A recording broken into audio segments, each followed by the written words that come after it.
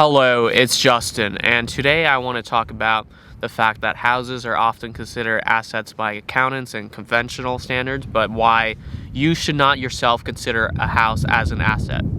So for anyone who knows any accounting, we have assets and liabilities on our balance sheet, and assets, I think a simple definition, especially for those who don't know accounting, is assets put money in your pocket and liabilities take money out of your pocket.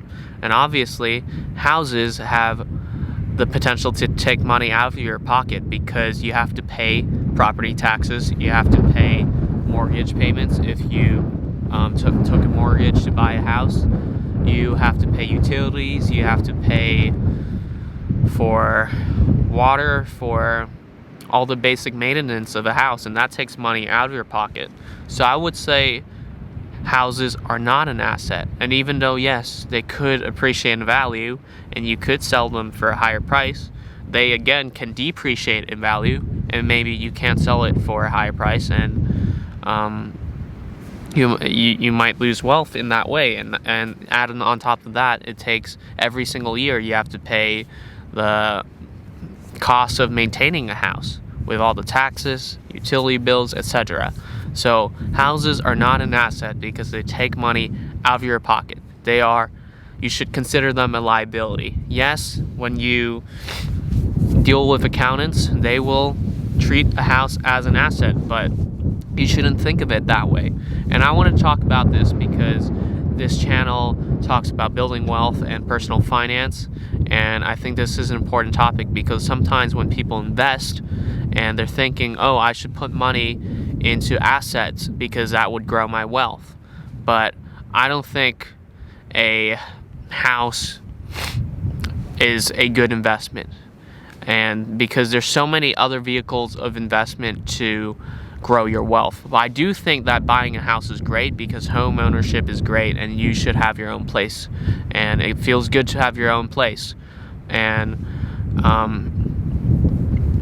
I wanted to talk about this because I think yes, buying a house is great, but thinking about it as an investment is not, because a lot of other vehicles of investment can produce way better returns than a house.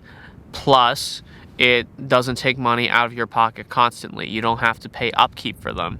And yes, it's true, you could invest in a house and hope that it can generate or appreciate value, and most often it does.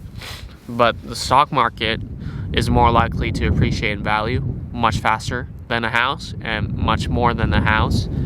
And you could also get dividends from the stocks you invest in, while for a house you have to put in money to maintain it and upkeep it.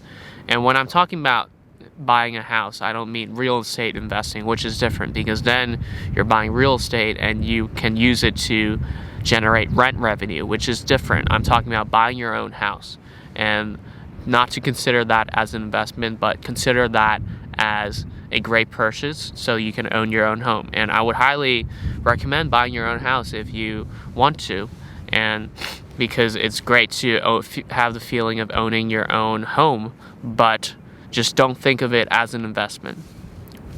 And understand that there's so many other ways to invest that can produce so much more money and appreciate in value without you constantly spending money to upkeep it. And also, even real estate investing with other like buildings and buying other houses and using it as rent but not treating it as your own house, I think that's even better than treating your own house as an investment. So moral of the story, if you can buy a house, because home ownership is great, but don't treat it as an investment, because there are many other investment vehicles that can generate more money for you and appreciate in revenue, and also give you cash along the way through dividends or rent revenue. And yes, real estate investing does require that upkeep, but at least you can get rent revenue.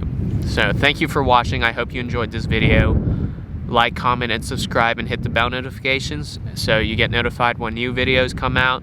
And follow me on Instagram, where you can DM me, and follow me on Medium, where I talk about the same topics I write about the same topics I talk about on YouTube.